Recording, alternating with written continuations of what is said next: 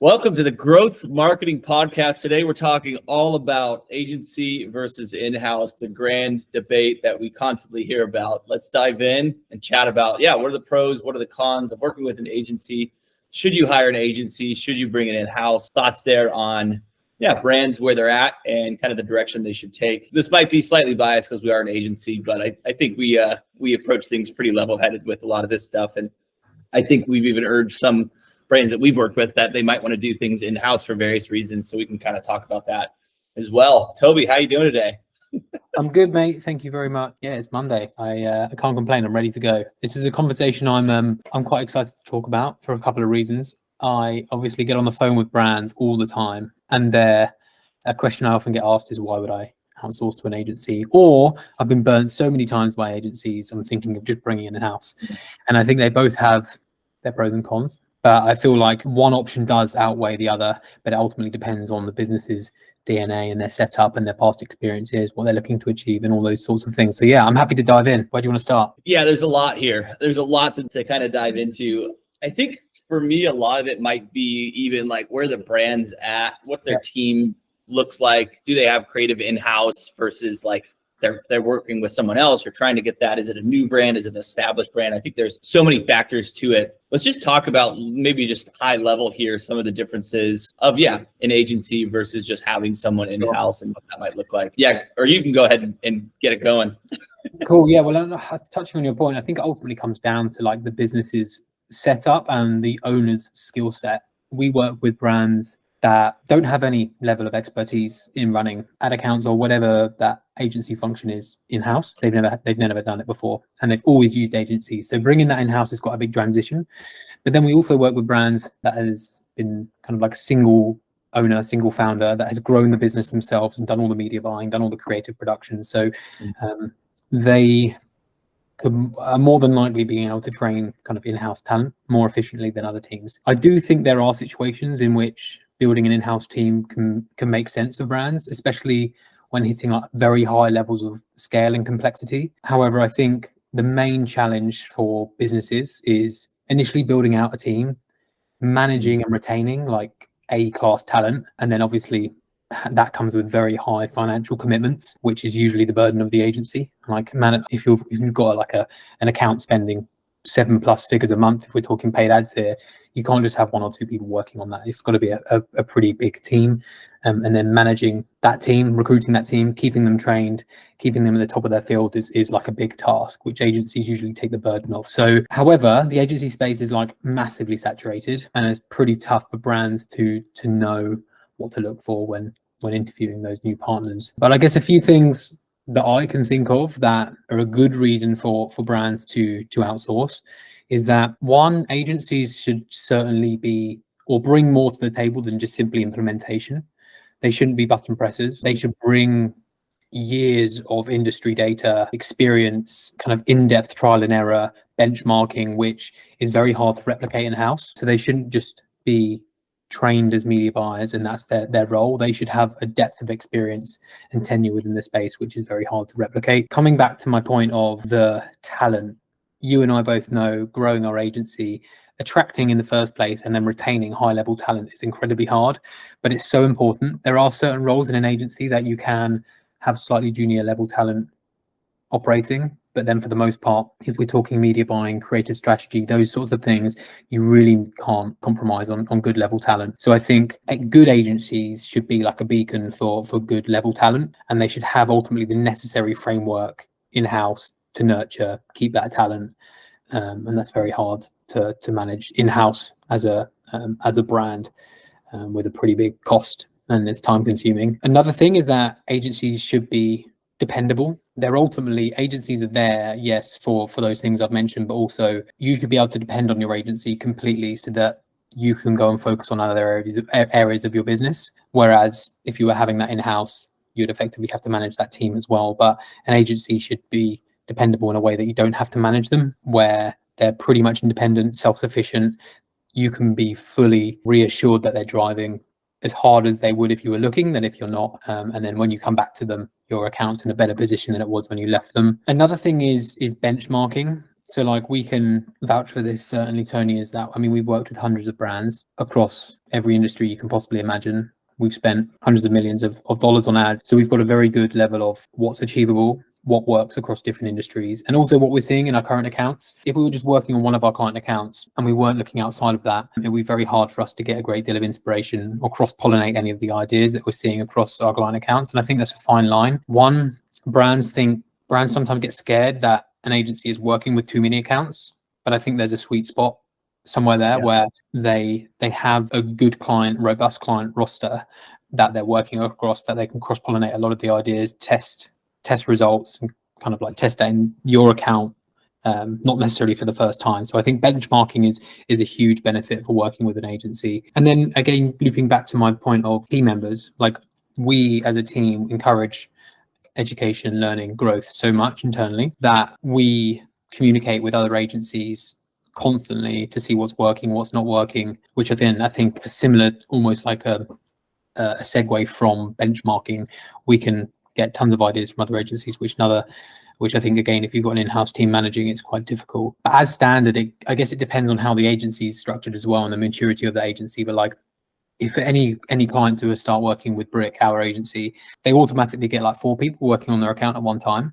We're not just simply a Facebook media buyer or Google media buyer or creative strategist. It's all or nothing for the cost of possibly less than one hire. So I think it can be a lot more cost effective as well. So I really rambled on there. There's loads of points, but yeah, I feel like a lot of that, to call you out, was way more pro agency.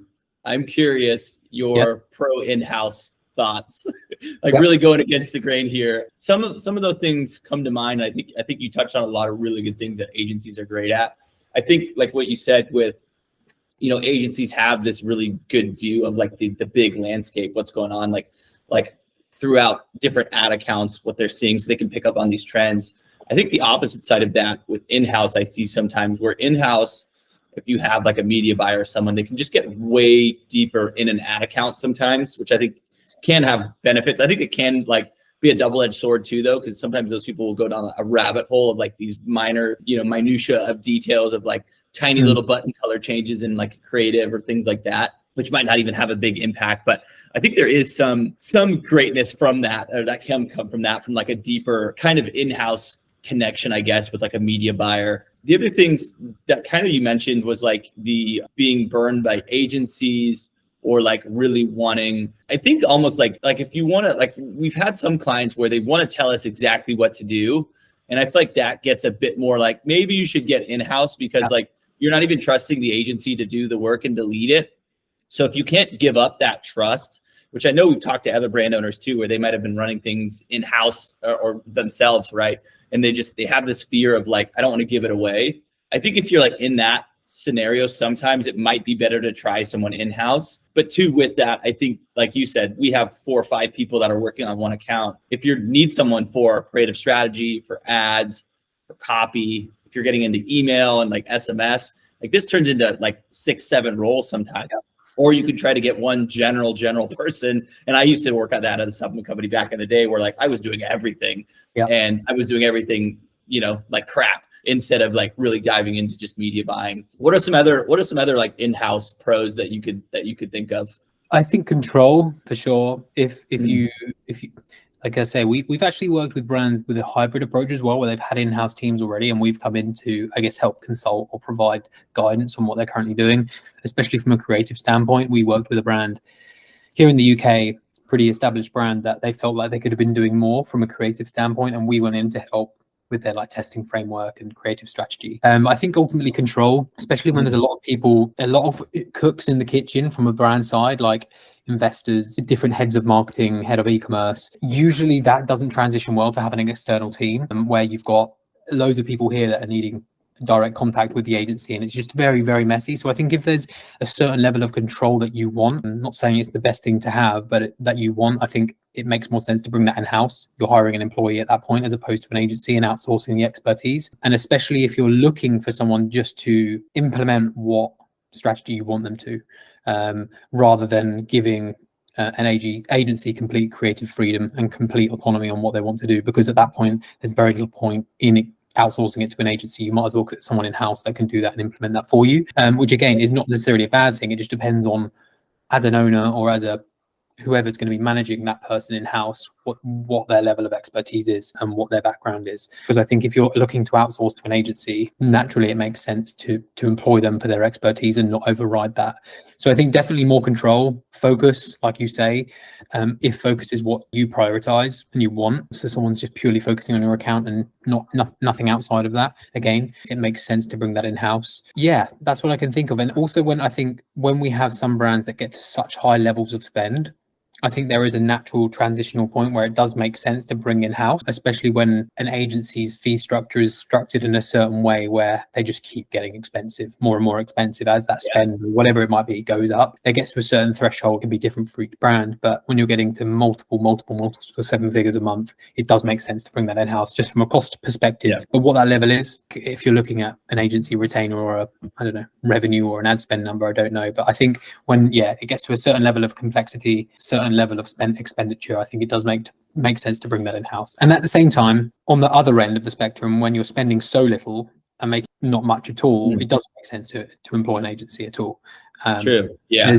If you're spending even I'd say sub 20k a month, sub 30k a month, but then your agency retainer is 5 to 10k, it doesn't really stack up. You're better to try and learn some stuff yourself to implement, or hire a freelancer at that point to implement that for you. Yeah. And until you get to that stage, I would say keep in-house or to an external freelancer that's not going to charge you a great deal. But then you're obviously not going to get the level of control that you want or dedication that you would want from an in-house person. So at the very beginning, agencies probably aren't suitable. They're not set up for very small partnerships like that. And then similarly, when you get to the very high levels of spend and complexity, from a cost perspective, it does make sense to bring in-house. Now you mentioned freelancer, and that's like a whole nother thing to consider too. That's like a third option now randomly appears, which is another fully interesting one that we could dive into. But I think we might, in the interest of time, we might just leave that out for now. But like you said, with like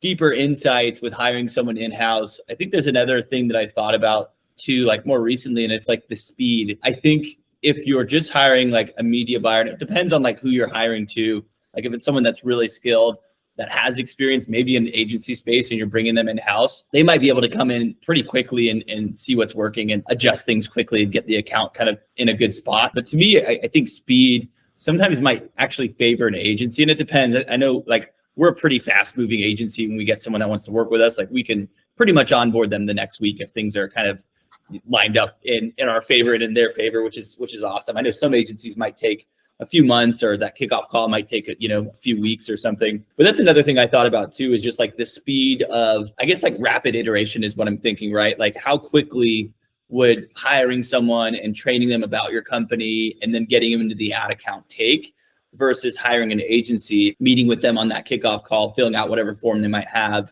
and then having them kind of take the reins. In my opinion, I feel like an agency most likely could move a bit faster and figure out what's working or what's not working, and kind of like fix if there is broken things going on. I feel like an agency could probably do that a bit faster, because you're just going to have, like, even when we hire people internally, it's going to take us 2-3 weeks to get them trained up into like our operations and our culture and that fit. Where I feel like you're doing that same thing on the brand side. So they're not going to be able to take over that account. Whereas our agency, in that same 2 to 3 weeks, is probably already getting a pretty good structure in place. We've probably already done a ton of research and kind of already doing some findings from that, which I think is another interesting thing I've thought about a bit more recently too, just like these things happening. Yeah, and I think that there's variables there, right? Like it comes back around to how good was your vetting process on the agency side, because you can get some agencies that aren't as efficient as maybe as you'd like. Some are really great. And then similarly on the employee in-house team member, where we recently, we're making a hire and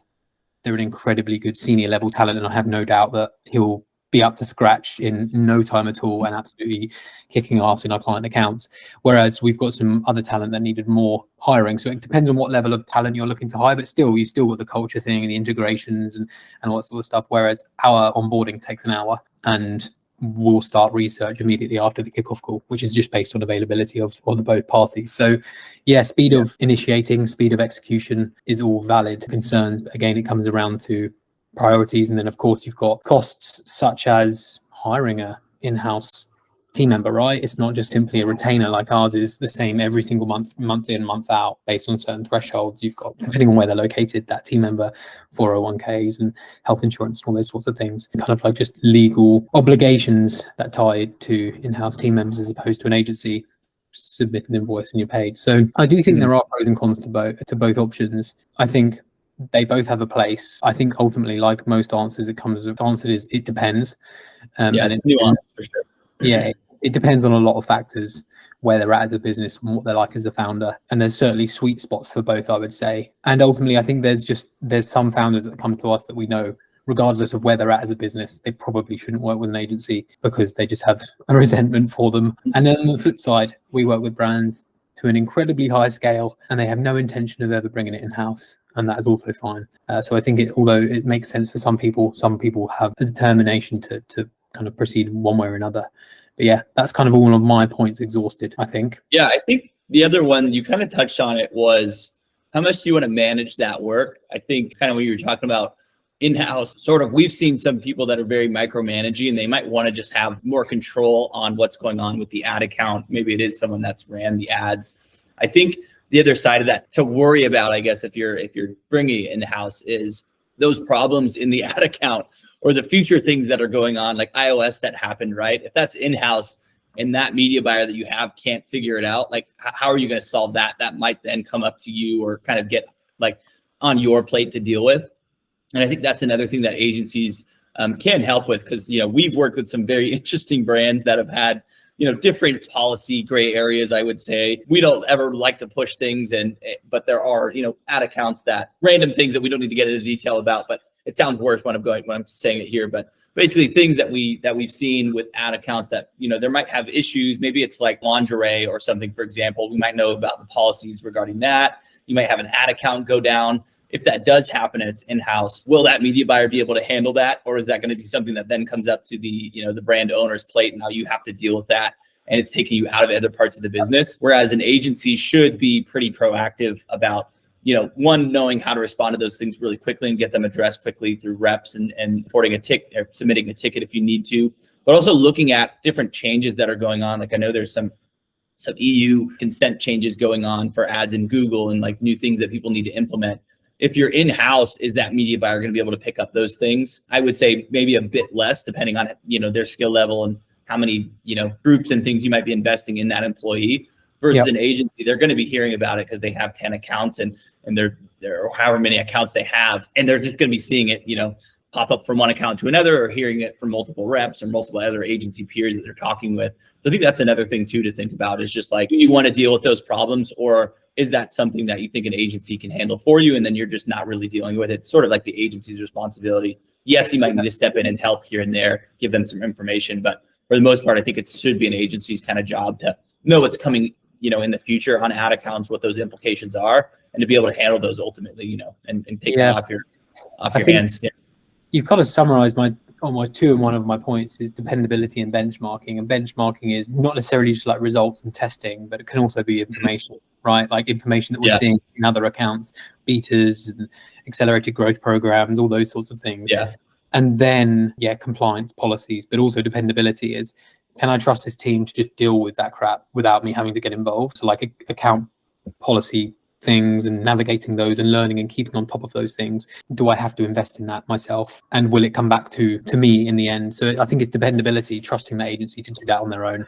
And then, benchmarking of not necessarily just results and test ideas, but also, information, just general information, what's working, what's not, what programs could I access that maybe I'm not, all those sorts of things. So access to programs such as that as well, which we mentioned, accelerated growth program, other betas that because we have such high spend put through our account, also level of support that we have access to because of that level of spend that we deploy, and years of kind of time we've been deploying that spend. We've got good levels of support that we can access. And also, I think the policy thing is definitely something we've skimmed over briefly in this video, and also other videos, that is important to touch on, which we've got such a huge exposure to different policy, how to navigate different Facebook policies and Google as well. due to working with quite interesting brands in different niches, not necessarily just lingerie, which can be quite tricky if you don't know what you're doing, but military-based brands, veteran-based brands, brands with swear words in their actual brand name, for example. So we've got a good level of that, so we can come to a partnership knowing what to do, what not to do, and then also if something bad does happen, because we all know what Facebook is like, how to deal with it appropriately and accordingly. So I hope I'm not getting more off topic there, but I think that is quite a valid point where policies, information kind of ties into that benchmarking and dependability. Yeah, I think high level sort of agency maybe can move faster, deal with these issues faster, own those issues. You're probably going to get a bit more experience, a bit more, I would say, employees under your belt at an agency that can help you with different areas all in kind of one.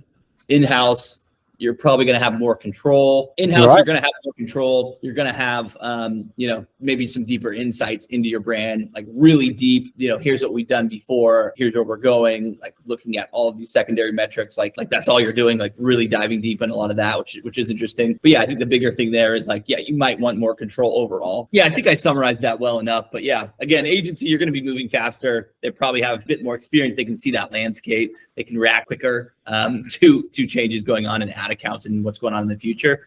And then in-house is going to be most likely better control, or you having that control and that ownership, deeper insights into the brand. But with that, you might also have a bit more things that fall on your plate that you're going to have to help with.